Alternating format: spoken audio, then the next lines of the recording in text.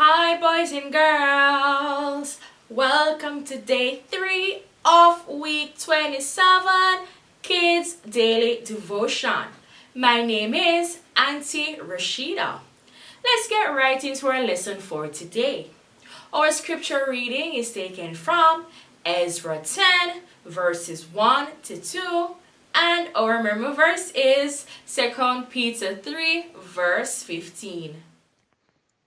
Our scripture reading for today is from Ezra 10, verses 1 to 2. We'll first read from the King James Version.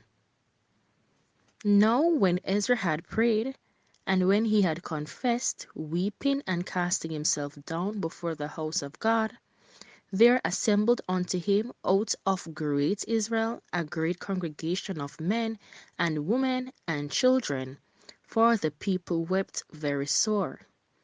And Shechaniah the son of Jehiel, one of the sons of Elam, answered and said unto Ezra, We have trespassed against our God, and have taken strange wives of the people of the land, yet now there is hope in Israel concerning this thing.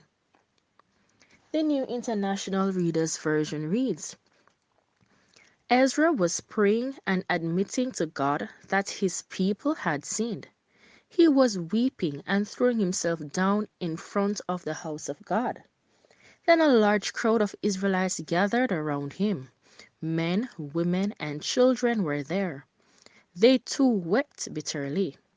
Shekaniah spoke to Ezra. Shekaniah was the son of Jehiel. He belonged to the family line of Elam. Shekaniah said, We haven't been faithful to our God. We've married women from the nations around us. In spite of that, there is still hope for Israel. The words of the Lord, let's honor it by saying, Thanks be to God. Alright, let's get right into our lesson for today. When Ezra got back to Jerusalem, he heard of all the bad things the children had done, the Jews had done. He was very upset, angry indeed, because they once again disobeyed God's law.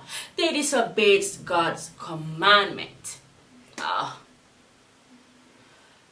many times will they get themselves into trouble with God?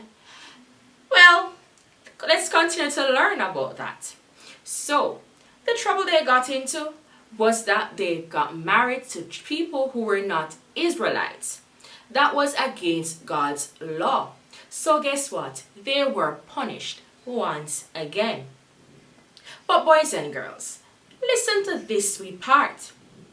In spite of what they have done, they had hope. Yes, Ezra saw that there was hope. Hope in the way of them reconciling their life with God, forgetting about what they have done and ask of his forgiveness. For some, they asked of God's forgiveness, and indeed their heart was healed of all their past and all the punishment they have been through. Boys and girls, in spite of everything that we're doing that's against God, there is hope for us to change. There is hope for us to give God a chance in our lives.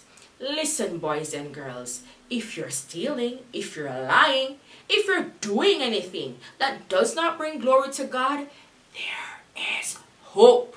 Yes, there is hope. Ezra saw that there was hope, so he ministered unto the Jews. Let them know there is hope, guys. Come on, change your ways, reconcile. God still loves you. He will forgive you. Go ahead and do it. Yes, God was happy with Ezra's demonstration to the Jews. My boys and girls, if you do the same as Ezra with your friends or your family members, God will reward you. Just let them know. My friends, my family, whatsoever you're doing, that's not of God. There is hope for change. Hope that will bring better to your life. Hope that will bring you closer to God. Okay, boys and girls, let's apply what we have learned to our hearts and life today.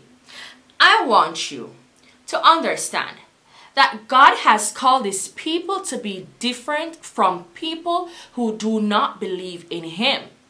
Go ahead and complete this activity for today. Fill in the blanks to complete 1 Peter 3 verse 15. And yes, that's your memory verse.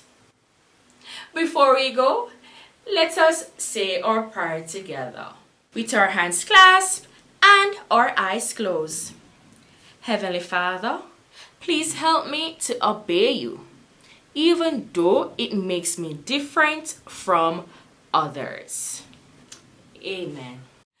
Okay, boys and girls, that's it for today. Have fun, stay safe. I love you guys. Our week's memory verse is 1 Peter 3, verse 15. The New International Reader's Version reads, "But make sure that in your hearts you honor Christ as Lord. Always be ready to give an answer to anyone who asks you about the hope you have. Be ready to give the reason for it, but do it gently and with respect." The King James Version reads, "But sanctify the Lord God in your hearts, and be ready always to give an answer to every man that asketh you a reason of the hope that is in you with meekness and fear."